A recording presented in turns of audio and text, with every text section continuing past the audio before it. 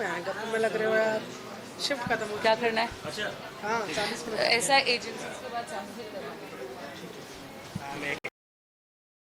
जिस तरीके से राहुल सदन में एलओपी के तौर पे अपनी बातें रखी, चाहे अग्निवीर स्कीम हो, चाहे किसानों की एमएसपी का मामला हो, कई फैक्ट्स इस तरीके के थे जिनमें पूरी सच्चाई नहीं थी। आपने 115 का एडजर्नमेंट नोटिस में दिया है, कैसे आप देखते हैं?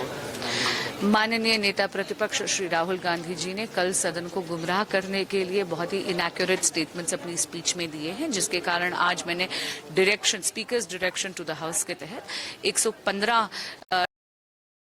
एक नोटिस आज दिया है और माननीय स्पीकर सर से रिक्वेस्ट करिए कि वो इस पूरे विषय का संज्ञान ले।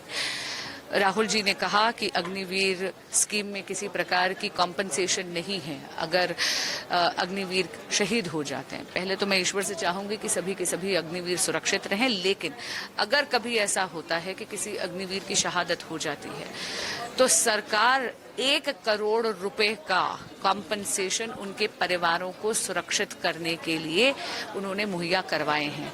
ये मैंने इंडियन नेवी की वेबसाइट से ही स्कीम के डिटेल्स हैं।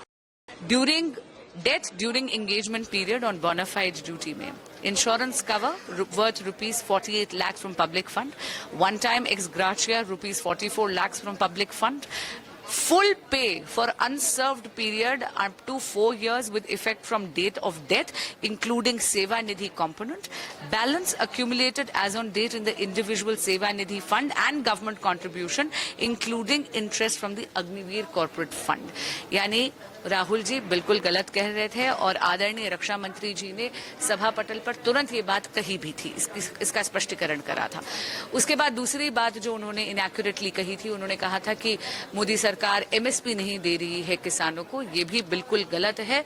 19 जून 2024 को ही एमएसपी 14 खरीफ सीजन क्रॉप्स में उसकी बढ़ोतरी हुई है। आप ये देखिए, ज्वार का 124% से इंक्रीज हुआ है, बाजरा का 110% से, रागी का 186% से और तिल का तो 270% से एमएसपी इंक्रीज हुआ है।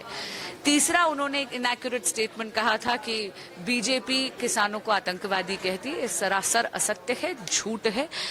बीजेपी या मोदी सरकार के किसी भी सदस्य ने कभी भी किसी भी जेन्युइन फार्मर को आज तक आतंकवादी नहीं कहा है। हमारे लिए तो किसान देवतुल्य हैं क्योंकि वे देश के अन्नदाता हैं और इसीलिए जैसे ही मोदी 3.0 यानी हमारी तीसरी सरकार का गठन हुआ तो यशस्वी प्रधानमंत्री श्री नरेंद्र मोदी जी ने आते ही जो पहला काम था वो ये था किसान सम्मान निधि से 20,000 करोड़ रुपए हस्तांतरित करे उन्होंने किसानों के खातों में। मैम, इसके अलावा एक छोटा सा सवाल है। स्वाति मालीवाल के साथ अरविंद केजरीवाल जी के घर पे जो हुआ उससे पहले ही सवाल उठ रहे थे कि महिलाओं की हालत आम आदमी पार्टी दिल्ली में क्या है। ECW का आया है, ये और चिंताजनक है। आप उसको कैसे देखते हैं? ये जो पत्र आज स्वाति मालीवाल जी ने भेजा है ये बहुत गंभीर मुद्दे उठाता है। जून के महीने से चेयरपर्सन की जो स्थान है वो वेकेंट है और ये दिखाता है कि केजरीवाल सरकार महिला विरोधी है, दलित विरोधी है।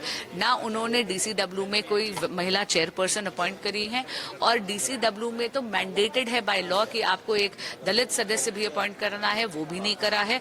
यहाँ तक कि कई फंडिंग कट भी हुई है, फंडिंग इन्होंने रिलीज भी नहीं करी है दिल्ली सरकार ने, जिसके कारण एम्प्लॉयज को वेतन नहीं मिल रहा है, रेप क्राइसिस काउंसलर लॉयर्स को वेतन नहीं मिल रहा, जो बाकी पंचायत काउंसलर्स हैं उनको वेतन नहीं मिल रहा। हाईकोर्ट ने दो निर्देश आ चुके हैं, चाहे वो 24 का निर्देश हो चाहे वो 9 मई 2024 का निर्देश है, इसके बावजूद वेतन नहीं दे रही है दिल्ली सरकार।